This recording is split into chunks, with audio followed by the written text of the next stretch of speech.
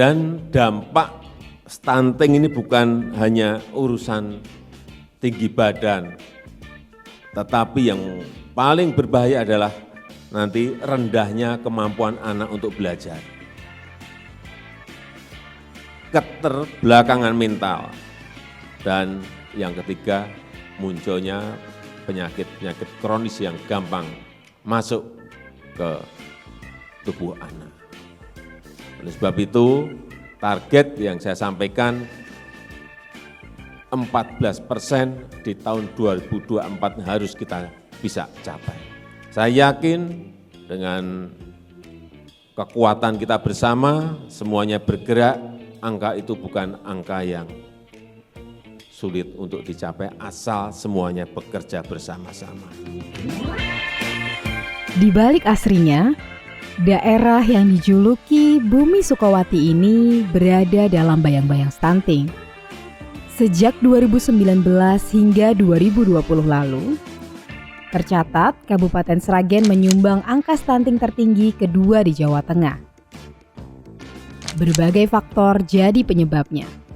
Dari mulai maraknya pernikahan dini, faktor ekonomi, hingga sanitasi yang tidak memadai.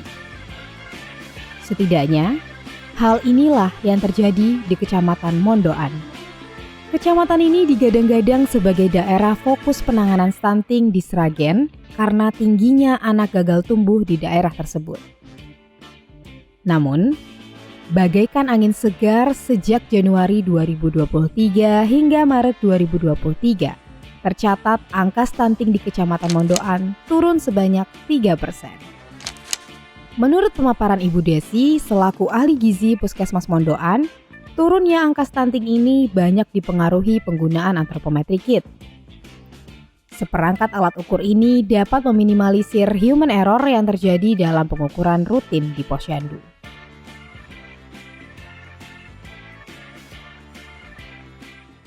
Assalamualaikum warahmatullahi wabarakatuh. Saya Sumarni, kader dari Desa Kutorejo, Posyandu Melati.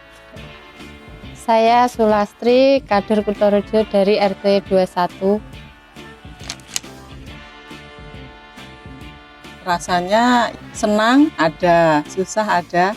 Senangnya gini, kita itu bisa membaur sama ibu-ibu yang punya balita dan kita bisa mengetahui pertumbuhan semua balita yang ada di desa. Kalau tidak senangnya itu biasanya ada salah satu ibu-ibu yang tidak mau datang ke Posyandu. Saya bangga jadi kader karena bisa membantu masyarakat untuk tahu pertumbuhan setiap anak. Susahnya kalau ada anak yang berat badannya tidak naik, gizi kurang, dan stunting. Dukungannya itu salah satunya itu kalau kita mau pengisian itu biasanya dibimbing. Terus mengisi KMS.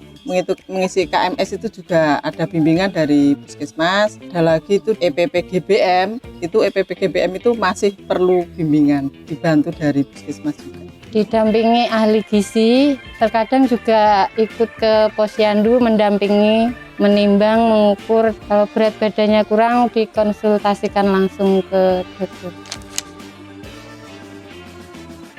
Kita lebih enak, kalau dulu itu kan pakai kayu itu sulit, kita menggerakkan itu sulit, seret gitu. Di timbangannya itu nggak terlalu ada perbedaan, kalau dulu itu bisa berubah-ubah. Panjang badannya sudah paten gitu. Lebih praktis dan lebih mudah, sangat membantu. Kita butuh semua dukungan dari tokoh masyarakat, nggak cuma dari ibu balita dan ibu kader juga nggak. Itu kita butuh dukungan dari tim Puskesmas, tim kader-kader yang lain, terus itu dari ibu-ibu PKK, tokoh masyarakat juga harus ikut terlibat dalam penanganan stunting.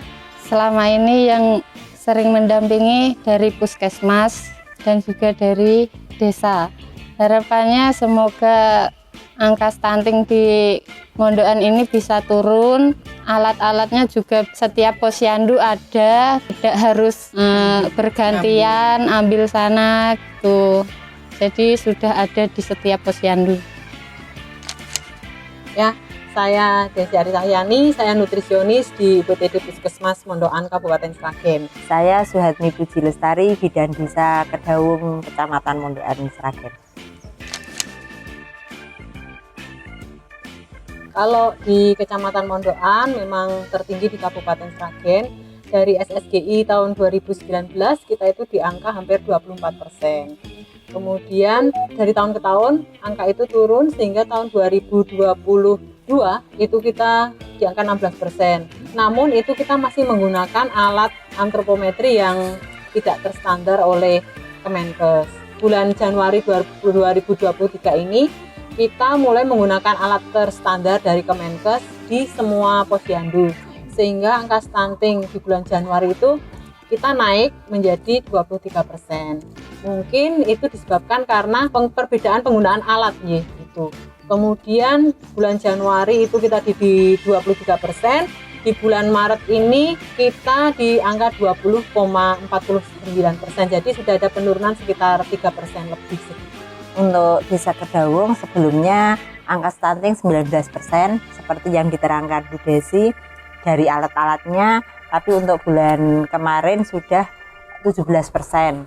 Untuk penambahan stunting Dawung itu masyarakatnya banyak yang datang pergi, seperti kemarin itu ada pendatang 3, kemasukan 3, stunting semua. Jadi kita sedih dapat balita pendatang, lebih itu salah satu penyebabnya ada tambahan stunting. Kalau penanganan sudah luar biasa dari pemerintah desa maupun pemerintah kabupaten lewat puskesmas selalu diberikan PMT, pemberian makanan pemulihan untuk balita stunting di Desa Kedawung.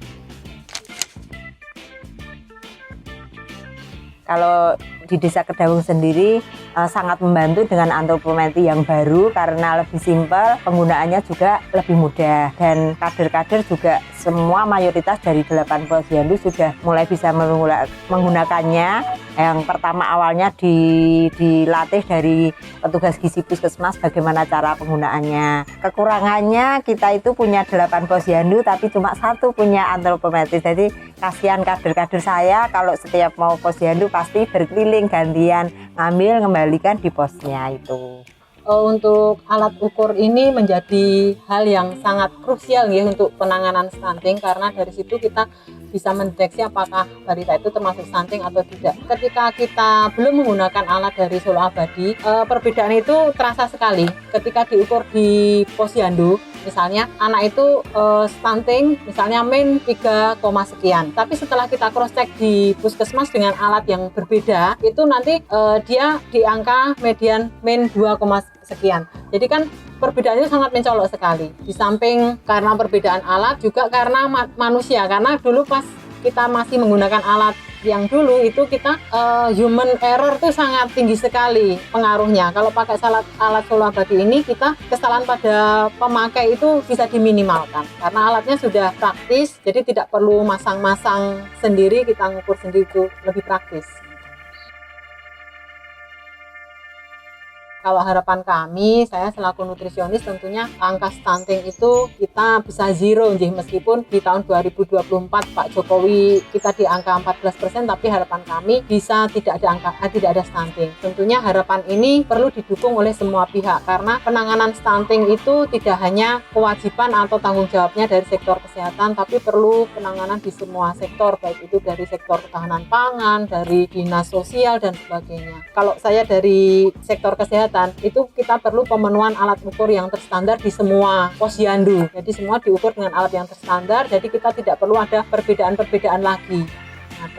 Semua pihak bisa mendukung dalam rangka penurunan stunting. Memang benar selama ini petugas kesehatan yang sering masyarakat itu tahunya kalau urusan stunting ya kesehatan. Padahal semuanya itu berkontribusi untuk membantu penanganan stunting. Terutama yang saya rasa yang perlu menggerakkan, kan ada ibu balita yang tidak mau posyandu.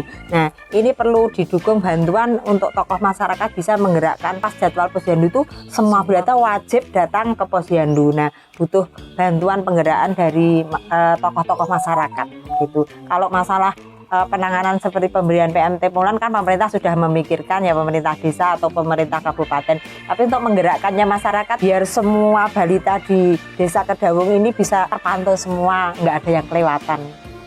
Ya, kami juga berterima kasih sudah kunjungi dari Solo Abadi. Mudah-mudahan kita bisa saling tukar pengetahuan ya, kekurangan kita bisa dilengkapi oleh Solo Abadi bagaimana menggunakan alat itu dengan baik dan benar. Terima kasih Bu Nasib.